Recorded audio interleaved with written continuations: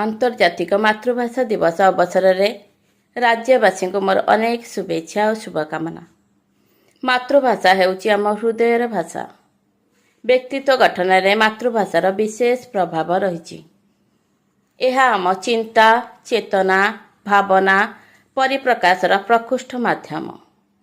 मातृभाषा केवल जातिर भाषा और साहित्य को समृद्ध करि न थाए, यह जातिर अस्मिता को मध्य प्रतिफलित करे।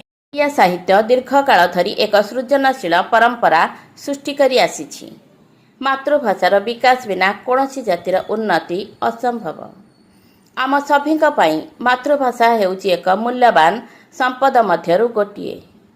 एही संपद को संरक्षित रखी परवर्ती पीढ़ी पई अग्रसारित करिबा आम समस्तिंकर दायित्व।